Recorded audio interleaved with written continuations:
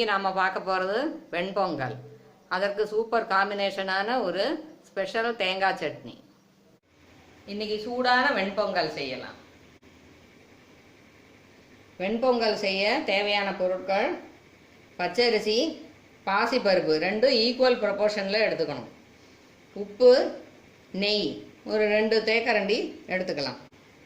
பச்சை மிளகா பொடியாக நறுக்கினது, இஞ்சி தோல் சீவி நறுக்கினது, ஜீரகம், மிளகு பொடி கொஞ்சமாக எடுத்துக்கணும், 1 ஸ்பூன், கருவேப்பிலை, முந்திரி பருப்பு. பருப்பையும் அரிசியையும் ஒரே பாத்திரத்தில் ஒன்றா போட்டுடலாம். 2 வாட்டி தண்ணி ஊற்றி கழுவணும். இப்போ 2 வாட்டி கழுவிட்டோம். இப்போ தண்ணி 1 கப்புக்கு 4 கப்பு தண்ணி விடணும். அப்போ 1 கப்பு அரிசி 1 கப்பு பருப்பு போட்டிருக்கோம் இல்லையா?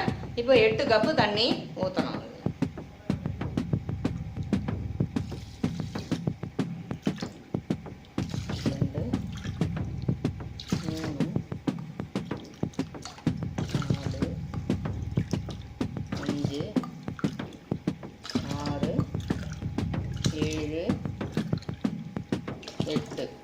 கொஞ்சம் எக்ஸ்ட்ரா உசுறு. இப்போ இந்த டிஷ்ஷுக்கு தேவையான உப்பு, எவ்வளோ உப்பு வேணுமோ அதை முதல்லையே போட்டுடணும். அப்புறமா போட்டோம்னாக்கா அங்கங்கே உப்பு கறிக்கும். அதனால முதல்லையே எவ்வளோ உப்பு வேணுமோ போட்டுக்கணும். அதிகம் தேவைப்படுறவங்க அதிகம் போட்டுக்கோங்க.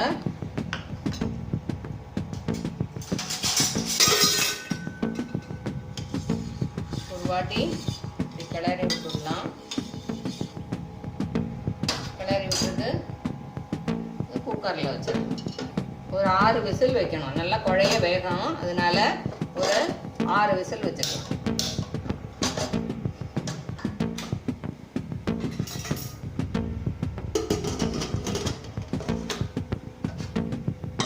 இப்போ பொங்கல் ஆகி வெந்திருக்கும். குக்கரை திறக்கலாமா? நல்லா வெந்துடுச்சு.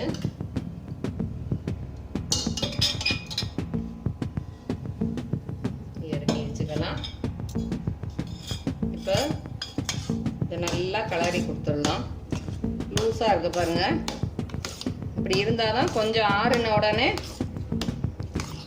சரியான கன்சிஸ்டன்சிக்கு வரும்.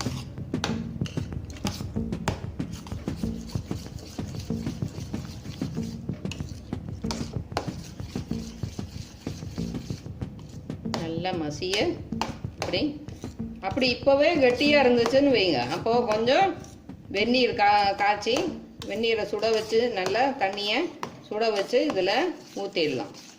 அப்போ சரியான கன்சிஸ்டன்சிக்கு வரும்.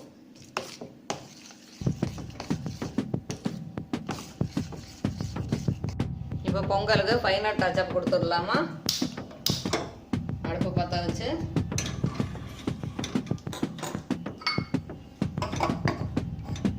சின்ன பேனை வச்சுக்கோங்க. கொஞ்சமாக நெய் போட்டு முந்திரி பருப்பு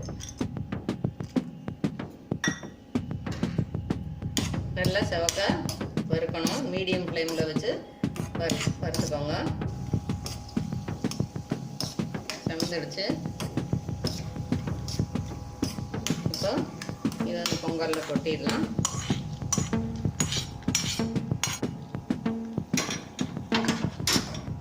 மீதி இருக்கிற நெய்யை ஊற்றிடுங்க.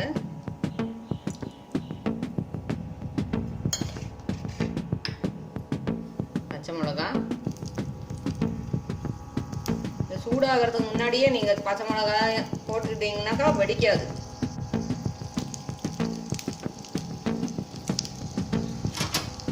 இது கொஞ்சம் வதங்கட்டும். பச்சை மிளகா நிறம் மாறும். பச்சை மிளகா நிறம் மாறிடுச்சு பாருங்கள். இந்த காரம் ஃபுல்லாக இறங்கிடும். இந்த மாதிரி வைக்கும்போது காரம் ஃபுல்லாக இறங்கிடும். இப்போ கருவேப்பிலை போட்டுடலாம்.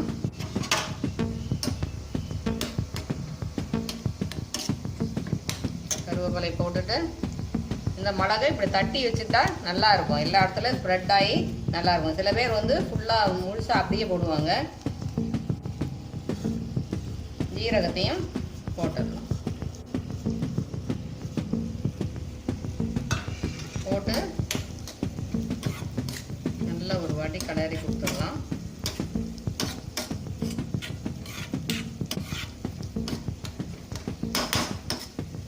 ஃபைனலாக மிளகு தூள் இருக்கு இல்லையா, இதை போட்டு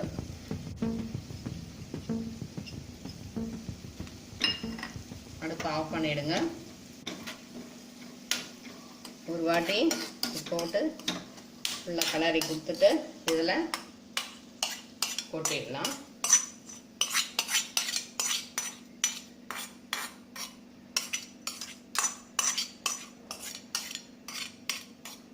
இப்போ இது நல்லா கிளறி கொடுக்கணும்.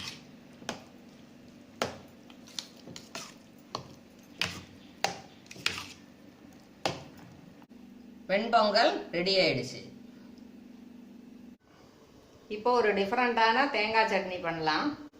தேவையான பொருட்கள்: தேங்காய், பொட்டுக்கடலை 1 கப் எடுத்துக்கோங்க, கருவேப்பிலை, இது தாளிக்க கருவேப்பிலை, பஜ்ஜி மிளகா, மாங்காய், இஞ்சி தோல் சீவி நறுக்கி வச்சுருக்கேன், உப்பு, தாளிக்கிறதுக்கு தேங்காய் எண்ணெய் 1 ஸ்பூன், கடுகு, பெருங்காயம். இப்போ அரைக்கலாமா? தேங்காய் போட்டுடலாம். துருவலாவும் போடலாம். பொட்டுக்கடலை, பஜ்ஜி மிளகா, மாங்காய், இஞ்சி இதெல்லாம் கிடைக்கிற நாளில் பண்ணிக்கலாம். இந்த மாதிரி பண்ணி சாப்பிட்டா நல்லாயிருக்கும். கருவேப்பிலை, தேவையான அளவு உப்பு, அதிகம் தேவைப்படுறவங்க அதிகம் போட்டுக்கோங்க. தண்ணி சேர்த்து மையாக அரைக்கணும். இப்போ அரைச்சிட்டோம். இதை ஒரு பாத்திரத்தில் ட்ரான்ஸ்ஃபர் பண்ணிக்கலாம். இப்போ தாளிக்கலாம். அடுப்பு பற்ற வச்சு கரண்டி போட்டுருங்க.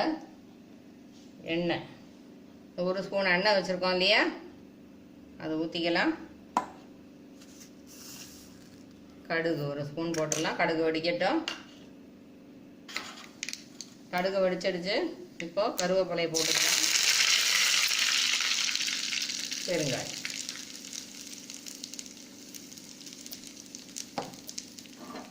அடுப்பு ஆஃப் பண்ணிட்டு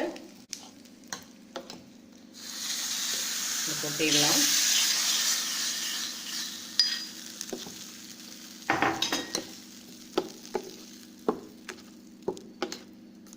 கமகமான வாசனை, பெருங்காய வாசனை வருது.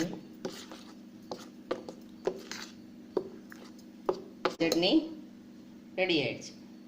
இப்போ நம்ம வெண்பொங்கலும் அதுக்கு சூப்பர் காம்பினேஷனான தேங்காய் சட்னியும் பண்ணிட்டோம். பண்ணுங்க, சாப்பிடுங்க, என்ஜாய் பண்ணுங்க.